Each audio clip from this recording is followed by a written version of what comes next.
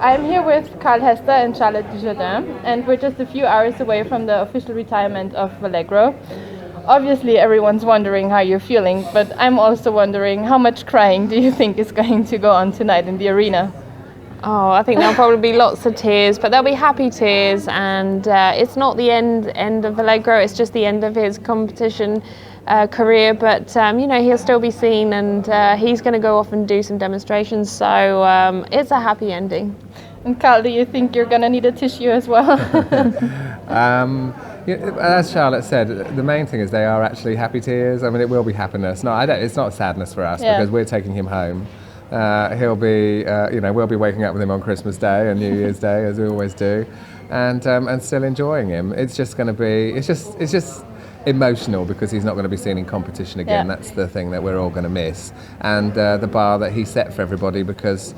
Again, it was like winning last night was very exciting for me, but on the other hand, I also know how far behind VALEGRO I would have been if he was competing, and it's always like, you push yourself that little bit further when you have horses like that in competition. It's going to be sad, but we are happy. We are happy as well.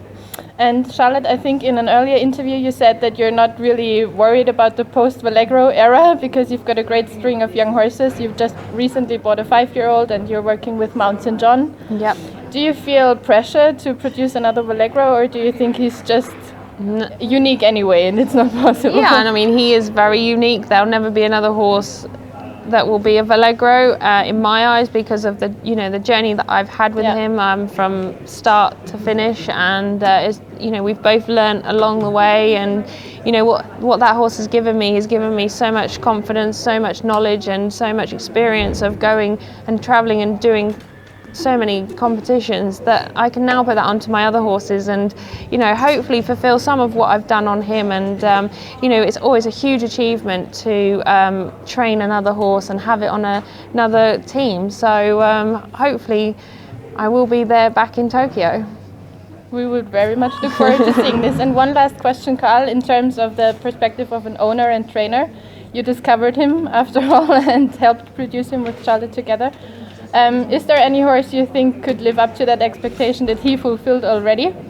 Yes, I do. I mean, they are all different, but you know what? I mean, it's when you have a VALEGRO in the yard, don't forget every day you have comparisons to VALEGRO, and we know where he was when he was 7 years old. We know where he was when he was 8 years old, and we have some 7 and 8 year olds. And 6-year-olds, and we remember all of his journey, and we have some equally talented horses. I mean, where VALEGRO shone so differently was how he performed in the ring. So it was such a confidence thing for Charlotte to ride a horse at home that did exactly the same thing in the ring. Now, that's what you have to discover with future horses. They are potentially great and fantastic, the ones we have, but they still have to deliver in the ring, and that takes a very special character that produces the same thing and isn't affected by modern day senses like people and atmospheres, and VALEGRO always dealt with that from the age of 4. So that's the only thing we're yet to discover, but it's certainly not the last you're going to see of Charlotte, and don't forget the feeling that he's given her is the best in the world. So if she thinks some of the others are the best in the world, I'm sure her feeling's right. Okay, and one last question for you. Is there one tip that you would give any aspiring rider to focus on his career for? I think just to follow your dreams and not to give up. I think you have to keep fighting for it, so don't let anyone or anything affect you, and if you believe in it, then you have to do it. Thank you very much. That's a pleasure.